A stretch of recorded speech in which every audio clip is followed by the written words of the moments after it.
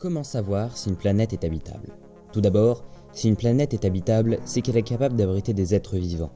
Mais avant d'entrer dans le vif du sujet, définissons ce qu'est la vie.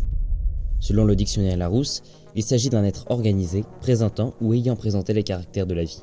Il y a plusieurs caractères de la vie, mais un seul nous intéresse. L'être vivant puise de la matière et de l'énergie dans son environnement.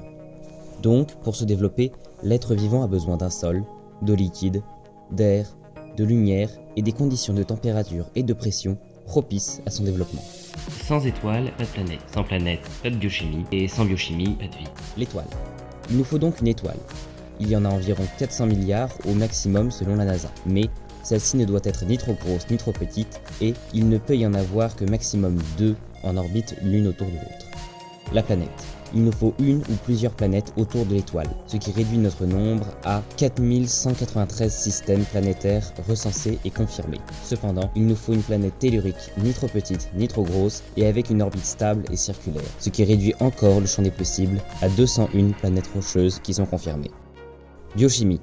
Nous avons ainsi 201 potentielles présences de vie à ce stade de notre raisonnement.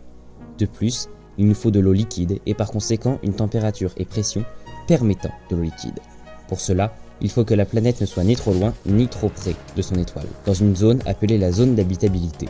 Mais ces circonstances sont très précises et donc très rares. Cela fait 12 planètes reconnues que l'on estime dans cette zone. Mais rien ne nous dit qu'elles possèdent des molécules H2O ou qu'elles ne contiennent pas des molécules hostiles à la vie en grande quantité comme le HCl, l'acide chlorhydrique ou encore une grande quantité d'éléments radioactifs. Et même si elle avait de l'eau, il y a une infime chance que la vie apparaisse, notamment à cause de sa complexité moléculaire, de son ADN et des acides aminés.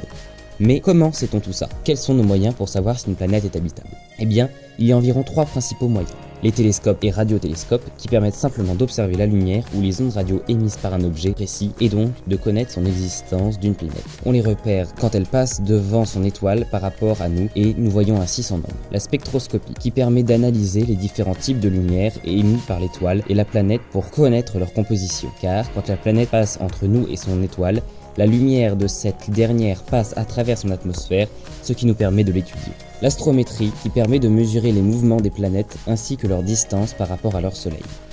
Voilà, maintenant vous savez comment la vie peut apparaître dans l'univers, pourquoi on la détecte si peu, pour ne pas dire pas, et comment on sait tout ça.